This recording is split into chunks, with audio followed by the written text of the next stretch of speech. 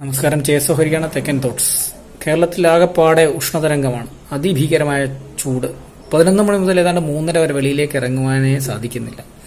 ഗ്രാമങ്ങളിൽ പോലും ആളുകൾ AC വെച്ചുകൊണ്ടിരിക്കുന്നു.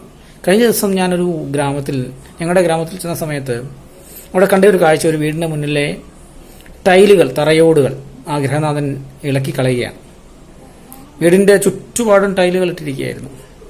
അവയെല്ലാം മൊത്തമായി മാറ്റുകയാണ്. കാരണം ചോദിച്ചപ്പോഴാണ് രസകരമായ ഒരു കാര്യം മനസ്സിലായത്. ആ ടൈലുകൾ ഇട്ടതിന് ശേഷം ആ വീട്ടിലെ അകത്തെ ഊഷ്മാവ് ഏതാണ്ട് 2 മുതൽ 4 വരെ ഡിഗ്രി കൂടിയിട്ടുണ്ടത്രേ. കാരണം സൂര്യപ്രകാശം നേരിട്ട് ടൈലിൽ വന്നടിച്ച് പ്രതിഫലിച്ച് ചൂടും പ്രകാശവും അകത്തേക്ക് ചെല്ലുന്നു, ചൂട് കൂടുന്നു. നോക്കൂ, നമ്മുടെ ഈ അതിതാപനത്തിന് കാരണം നമ്മുടെ അത്യാഗ്രഹമാണ് എന്നുള്ള കാര്യം മനസ്സിലാക്കണം. അതേപോലെ നമുക്കൊരു വിചാരമുണ്ട്, ഈ ലോകത്തിലെ, ഈ ഭൂമിയിലെ ഏറ്റവും സൂപ്പർ പവർ, ഏറ്റവും അധികാരി നമ്മളാണ്, മനുഷ്യരാണ്. തെറ്റാണത്. നമ്മൾ അങ്ങനെ ചിന്തിച്ചിട്ടുണ്ടെങ്കിൽ അത് നമ്മുടെ നാശത്തിന്റെ അലയൊലികളാണ്, തുടക്കമല്ല, ഏതാണ്ട് പകുതിയോളം എത്തിക്കഴിഞ്ഞു. ഇങ്ങനെ ചിന്തിച്ച വേറൊരു ജന്തു ഉണ്ടായിരുന്നു, ദിനോസർ. എല്ലാ ജന്തുക്കളുടെയും മേൽ അതീശത്വം സ്ഥാപിക്കുവാൻ വേണ്ടി ദിനോസർ ഈ ഭൂമിയിലാകമാനം മതിച്ചു നടന്നു. പക്ഷേ പ്രകൃതി അവനെ നശിപ്പിച്ചു കളഞ്ഞു. അതേപോലെ ഇന്ന് പ്രകൃതിയുടെ ഏറ്റവും ദുഷ്ടനായ എതിരാളി, ഏറ്റവും ക്രൂരനായ പ്രകൃതിയുടെ നാശകൻ മനുഷ്യനാണ്. അവനെ നശിപ്പിക്കുവാൻ പ്രകൃതി എല്ലാ വഴിയും നോക്കും, നശിപ്പിക്കുവാൻ തന്നെ ശ്രമിക്കും. അതിൽ നിന്ന് രക്ഷപ്പെടാൻ ഒരേ ഒരു വഴിയുള്ളൂ, പ്രകൃതിയെ അങ്ങ് സ്നേഹിച്ചാൽ മതി. നോക്കൂ, ഈ ടൈലിന്റെ കാര്യത്തിൽ തന്നെ ചിന്തിക്കുക. നമ്മുടെ വീടിന്റെ മുന്നിലത്തെ ചെറിയ പുല്ലുകൾ, ചെറിയ കുറ്റിച്ചെടികൾ, ഇവയൊക്കെ നമുക്ക് അരോചകമായപ്പോൾ അവയൊക്കെ പറിക്കുമ്പോൾ നമ്മുടെ നഖത്തിന്റെ ഇവിടുത്തെ തൊലിയൊക്കെ ഇങ്ങനെ മേളിലേക്ക് പോകും. ഒരു സുഖമുള്ള വേദനയാണ്. ആ വേദന സഹിക്കുവാൻ പറ്റാതെ മടി പിടിച്ചും നമ്മൾ ആ പുല്ലിനെ ആദ്യം പറിച്ചു കളയാൻ നോക്കി, പിന്നെ കരിച്ചു കളയാൻ നോക്കി. എങ്ങനെ? മരുന്നുകൾ അടിച്ച് കരിച്ചു കളയാൻ നോക്കി.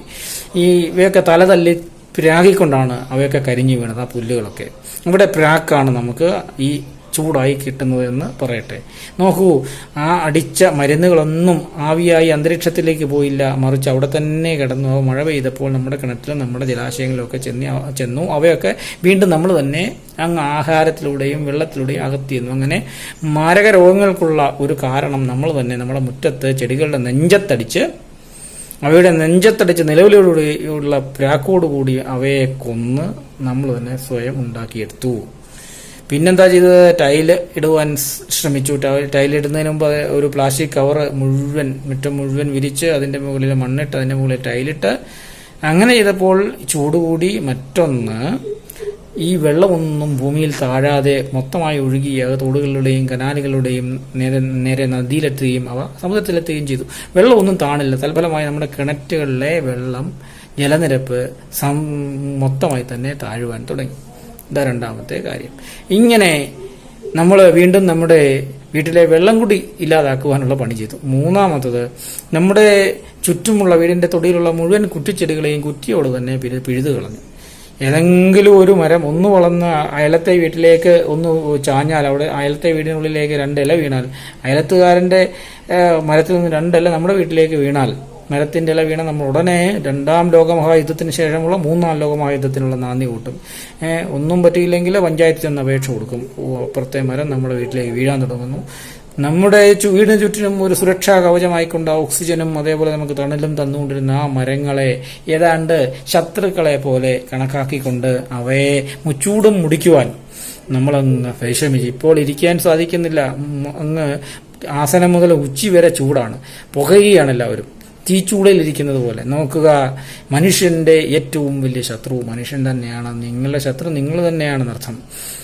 സമാധാനത്തോടെ ജീവിക്കുവാൻ ശ്രമിക്കുന്നവൻ മറ്റുള്ളവരെ കാണാതെയല്ല, മറ്റുള്ളതിനെ കേൾക്കാതെയല്ല, മറ്റുള്ളവയെ അറിയാതെ അനുഭവിക്കാതെയല്ല ജീവിക്കേണ്ടത്.